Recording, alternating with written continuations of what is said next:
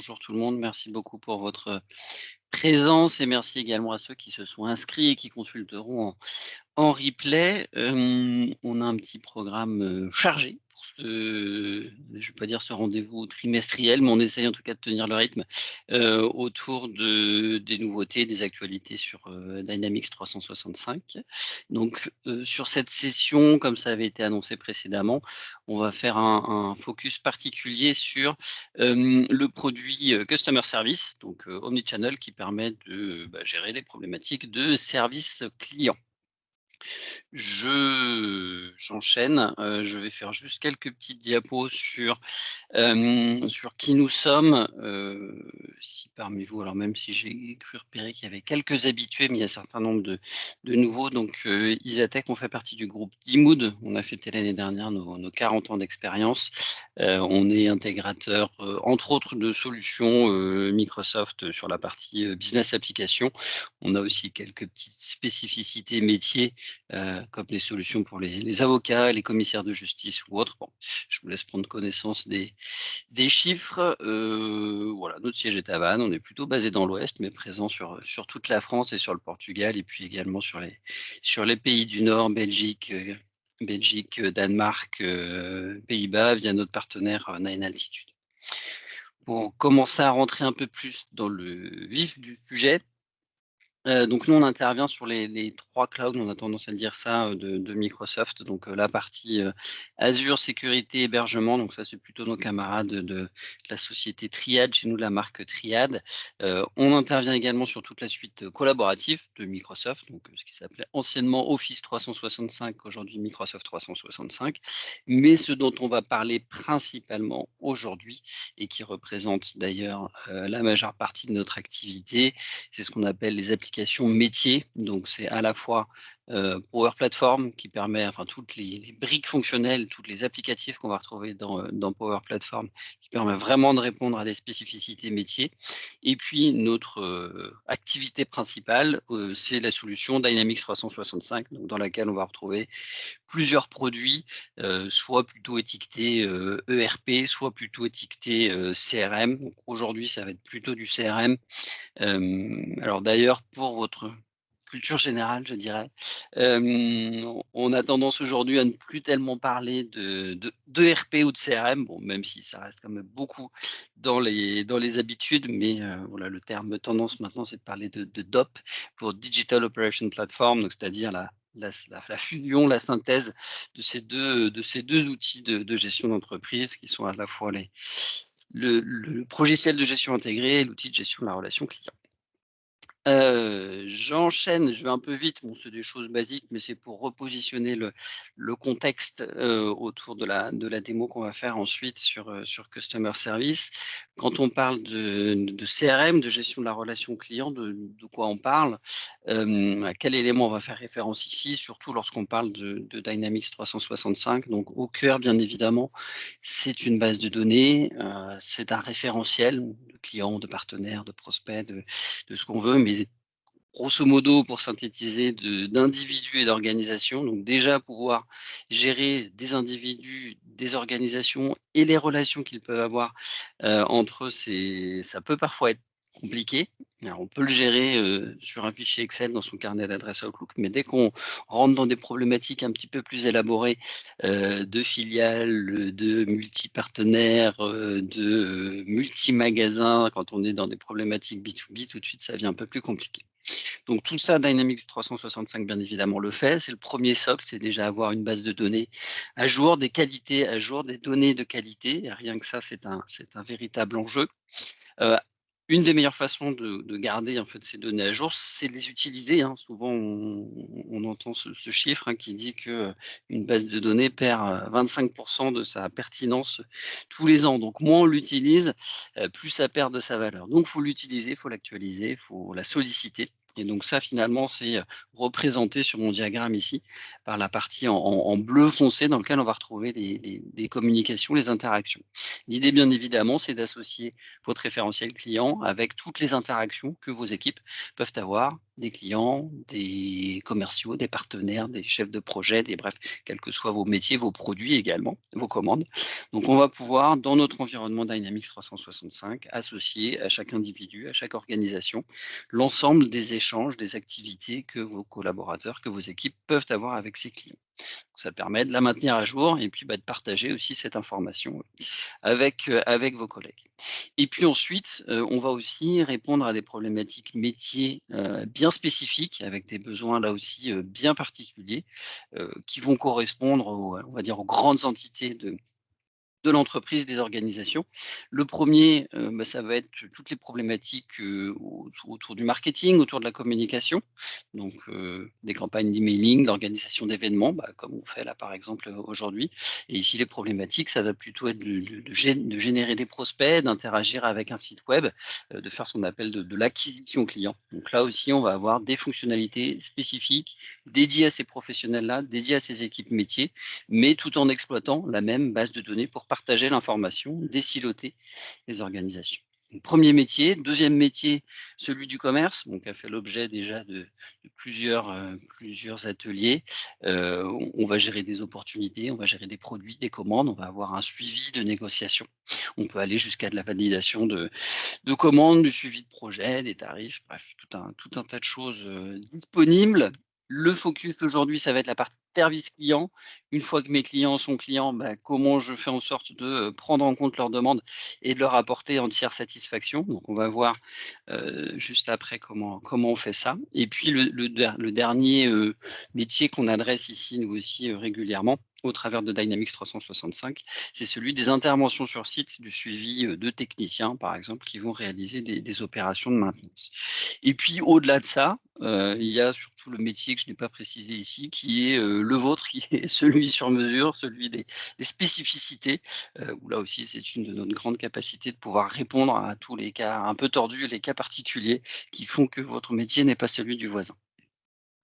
Hem Pour enchaîner, quelques références parmi nos plus de 300 clients, là, 4 clients qui sont vraiment sur ce produit, sur cette problématique du service client. Bon, Maisons du Monde qui est un grand faiseur de la distribution de décoration d'ameublement en France. Je pense que c'est plusieurs dizaines, centaines de magasins, bon, très connus, je pense qu'il y a pas besoin de revenir là-dessus.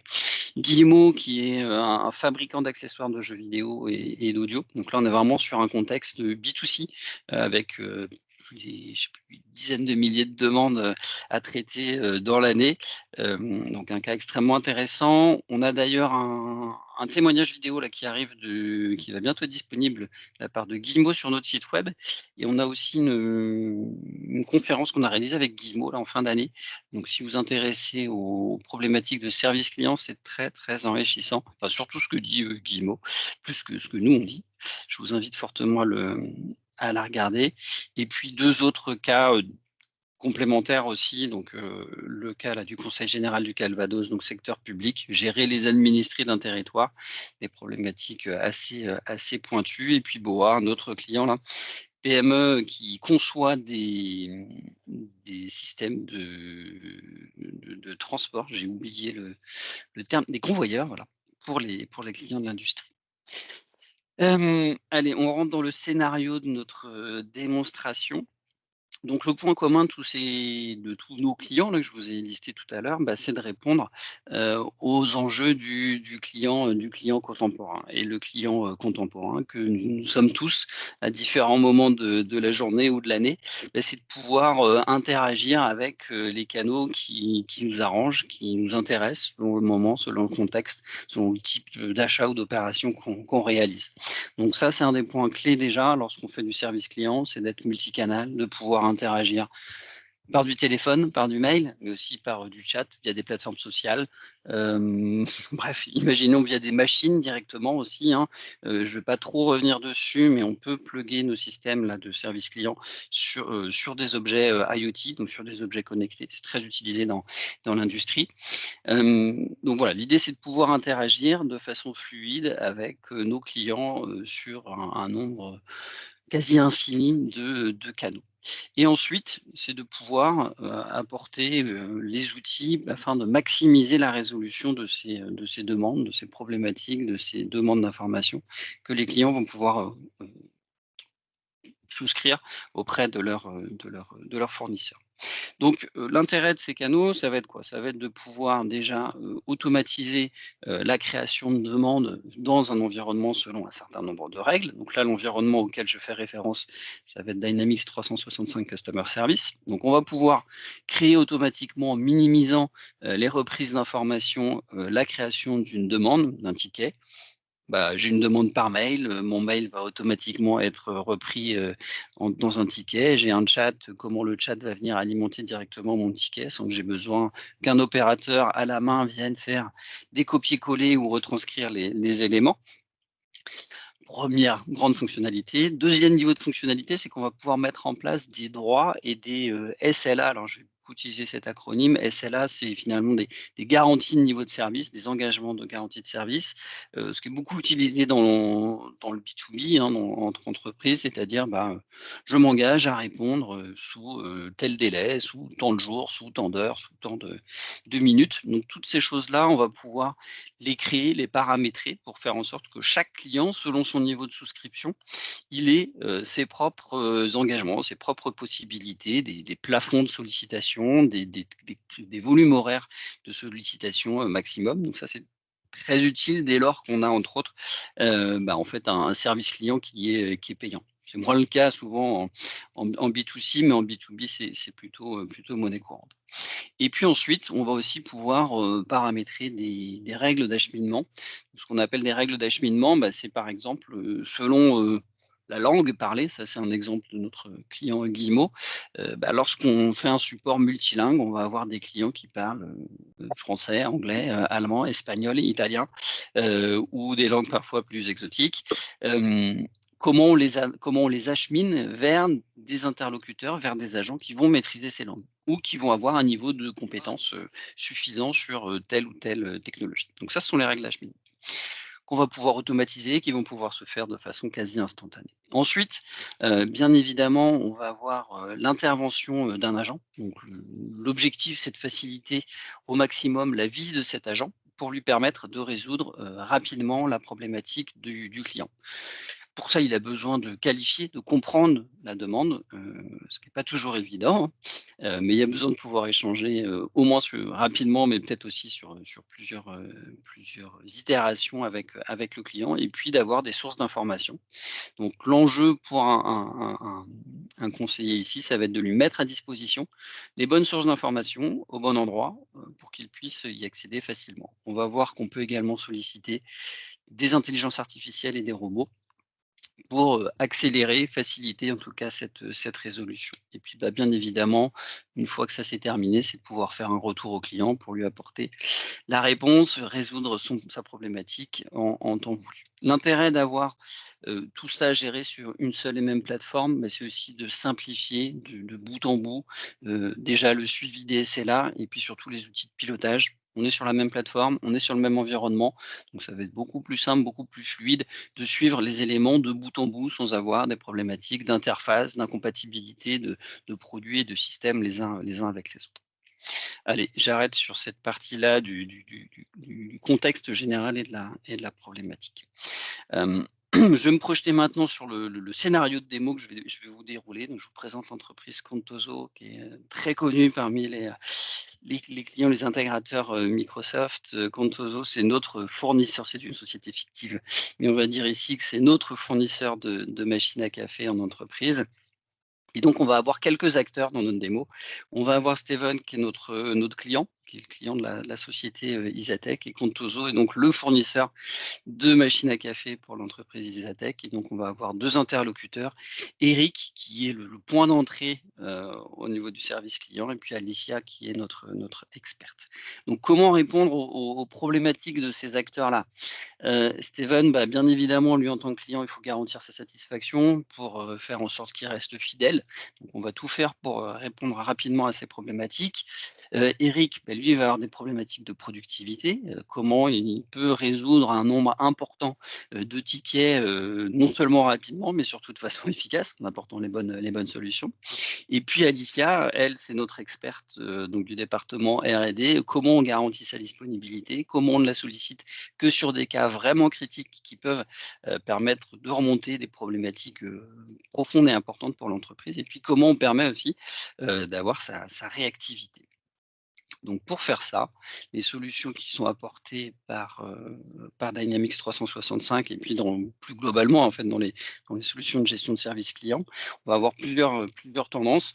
La première, c'est de rendre les clients plus autonomes, leur apporter, plus de capacité, d'agir en leur mettant à disposition, des informations. Ensuite, pour le service client, bah, ça va être de simplifier le suivi des demandes, de gagner en productivité. Et puis, pour Alicia, bah, c'est aussi de faciliter le partage de l'expertise, au travers de contenus, de produits, d'outils. Ça, c'est un point qui est important. Alors pas dans le cadre de je dirais plutôt dans l'univers, du B2C, donc de la vente aux particuliers.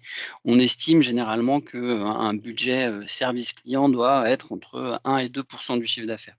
Donc pour des entreprises qui apportent un service client, gratuitement à leurs clients, faut toujours trouver le juste milieu entre, comment je garantis la satisfaction de mes clients sur le long terme, parce que c'est toujours plus rentable de garder un client que d'acquérir un nouveau client. Le coût d'acquisition est nettement supérieur au coût de maintien d'un client.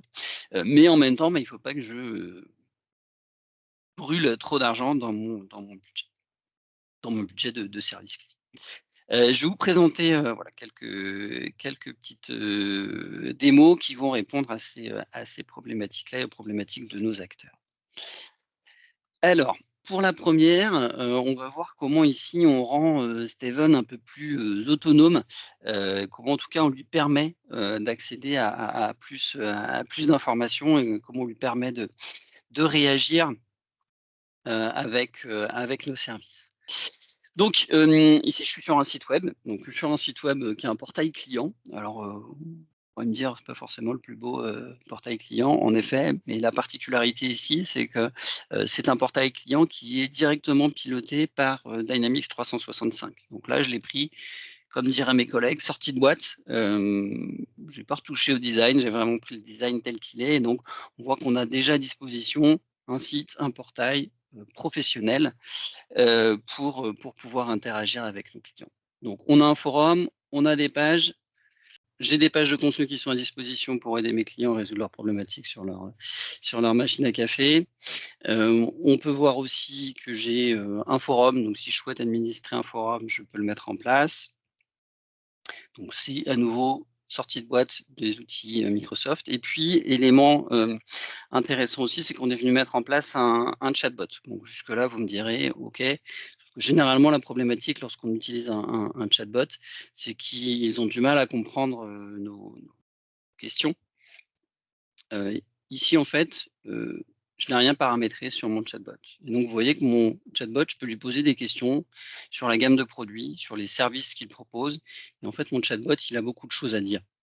Alors que je ne lui ai pas dit précisément, pour tel type de question, voilà le type de réponse à apporter. En fait, ce que j'ai fait ici, donc j'ai utilisé, un outil qui s'appelle, Copilot Studio et j'ai simplement donné à mon, chatbot, un site web.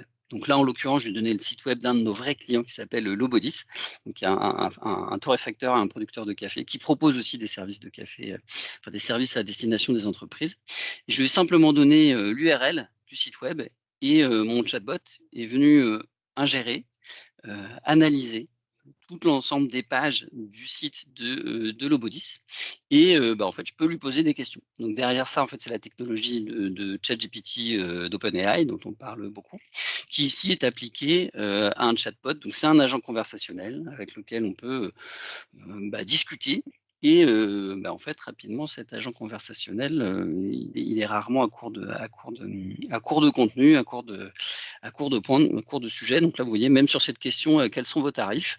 À partir du moment où sur mon site web, source, j'ai des informations, sur mon tarif, bah, mon chatbot va être capable de les remonter et de les ressortir, sans avoir besoin de passer des heures et des heures, des jours entiers, à définir les critères et les conditions particulières d'utilisation du chatbot.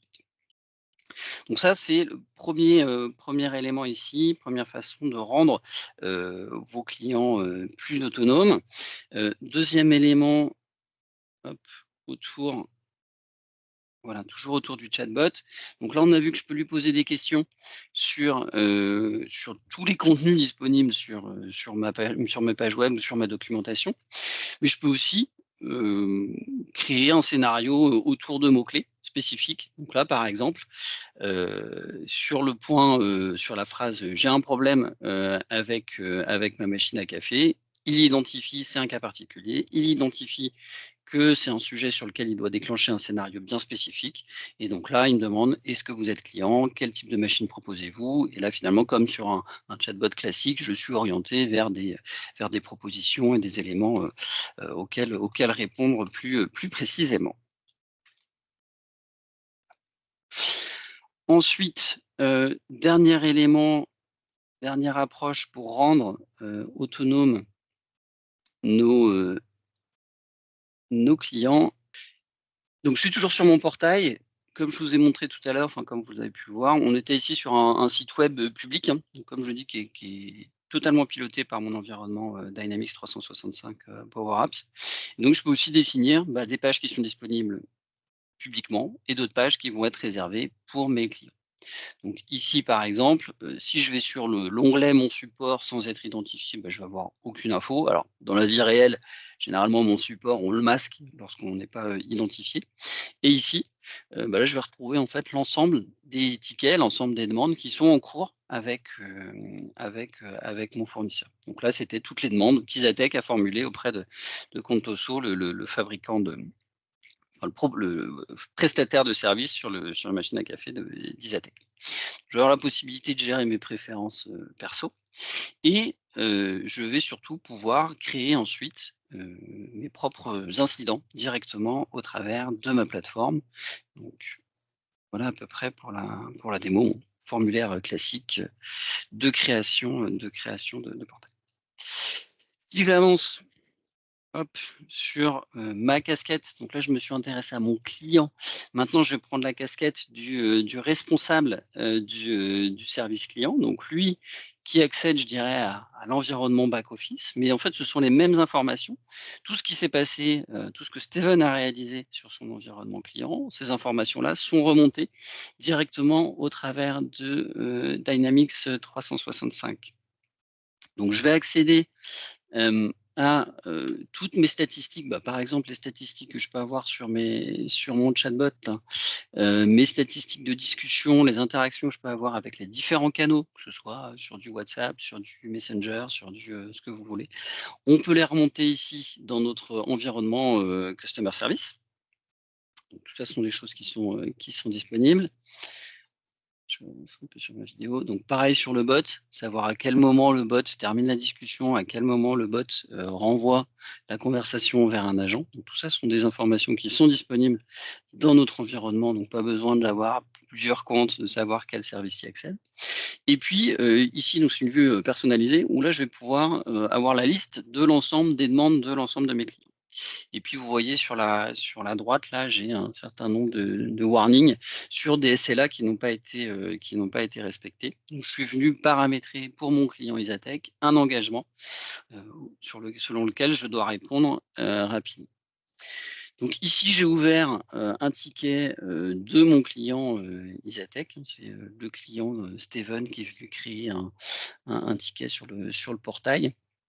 Et puis fonctionnalité intéressante, on voit que j'ai, beaucoup d'échanges, un historique, potentiellement un peu long d'échanges et ce qu'on peut faire maintenant dans Customer Service, c'est d'utiliser, le fameux, Copilot pour faire des résumés d'interactions. Donc lorsque vous avez, beaucoup d'échanges, qui traînent sur, plusieurs mois, plusieurs semaines, voire plusieurs années, vous pouvez, utiliser l'intelligence artificielle Copilot pour faire un résumé. Et puis là, je vous montre aussi, la possibilité alors, c'est pas encore complètement sec puisque là, pour l'instant, c'est qu'en anglais, mais je peux aussi utiliser, mon agent Copilot pour, générer automatiquement des brouillons d'email. Donc là, par exemple, demander plus d'informations, apporter des éléments de réponse. Ça, c'est des choses qu'on peut faire directement avec Copilot. On va retrouver aussi des fonctionnalités d'assistance, c'est-à-dire qu'en fonction des mots-clés proposés, contenus dans les tickets, Customer Service va nous orienter directement vers, hop, je vais remettre mon stylet, tac, ici, vers des tickets ou des articles reprenant ces mots-clés ou traitant de problèmes similaires. On va enchaîner sur la vidéo suivante.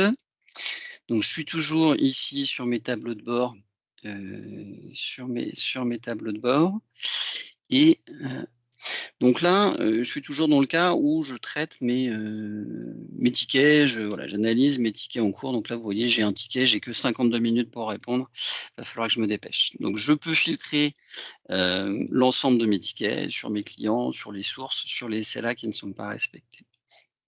Et là, qu'est-ce qui va se passer?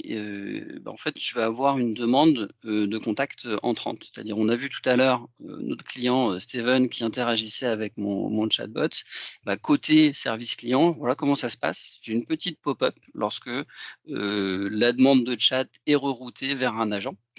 Et donc, je vais retrouver ici sur cette fenêtre, vous voyez là sur la gauche, l'ensemble de la discussion que je peux avoir par chat. Et puis, mon, mon interface va me remonter directement la fiche de mon client, son historique, ses demandes. Bon là, en l'occurrence, c'est pas Steven, c'est Marlène Dumoulin pour la pour la démo, avec l'ensemble des demandes en cours et l'historique de ces demandes. Donc ça permet à l'agent de pouvoir suivre, de pouvoir répondre de la meilleure façon possible aux demandes du client en cours. OK. Là, on peut transformer le chat en appel audio, en appel vidéo, faire du partage d'écran, faire de l'envoi de fichiers, rerouter un tiers, tout ça c'est possible. Et bien évidemment, à la fin, alors oui, on peut aussi avoir, si vous voyez en haut l'analyse de sentiments, ce qui permet en live de savoir si notre client il est plutôt content ou il est plutôt fâché. Et surtout, ça permet lorsqu'on vient créer un ticket, d'avoir l'ensemble de l'historique de la discussion pour permettre à un client d'éviter de répéter sans cesse les mêmes informations. Je passe juste, hop, sur la dernière vidéo. Où ici, je voulais vous montrer surtout la possibilité, tac, de solliciter nos experts. Donc là, on est encore ici sur un traitement de ticket que je vais pouvoir filtrer, que je vais pouvoir trier, sur lesquels je vais pouvoir définir aussi qui sont les propriétaires, ajouter des colonnes d'informations si j'ai besoin d'avoir plus d'informations spécifiquement à mes métiers. Donc tout ça, c'est des choses qu'on peut mettre en place. Et là, juste ce que je voulais vous montrer, c'est la possibilité, lorsque je suis sur un ticket, de solliciter mon expert. Donc là, vous voyez, je suis moi en tant qu'Éric Gruber, en charge de ce ticket sur lequel j'ai finalement assez peu d'informations. Et comme je suis dans un univers Microsoft, que mon environnement Dynamics est connecté avec mon outil Teams, que Alicia, mon experte, n'est pas forcément toujours elle aussi sur son CRM, je vais pouvoir la pinguer via Teams et lui envoyer directement les informations sur le ticket avec lequel je suis en train d'interagir. Donc ici, on va retrouver dans Dynamics, une petite fenêtre ici à droite, et je vais dire simplement sur ce ticket, je veux faire une nouvelle vidéo avec Alicia, et puis je vais envoyer un message à Alicia pour lui demander de l'aide sur ce ticket. Hop, je vais juste terminer sur la synthèse. Donc, on a montré à notre client, on a apporté en tout cas à notre client de l'information, un chatbot, la possibilité de créer et de suivre un chatbot intelligent, la possibilité de créer et de suivre ses demandes en ligne directement Pour le service client, on va surtout simplifier, les outils de traitement, d'administration, de manipulation des tickets pour suivre les SLA, pour accéder aux data, pour avoir aussi des résumés automatiques des demandes et puis avoir aussi une assistance sur la rédaction de brouillons de mail. Et puis, bah, pour notre experte, on voit qu'elle est dans un environnement intégré, avec plus de connectivité, la possibilité aussi d'utiliser les bases de connaissances. Ah oui, j'ai pas insisté là-dessus.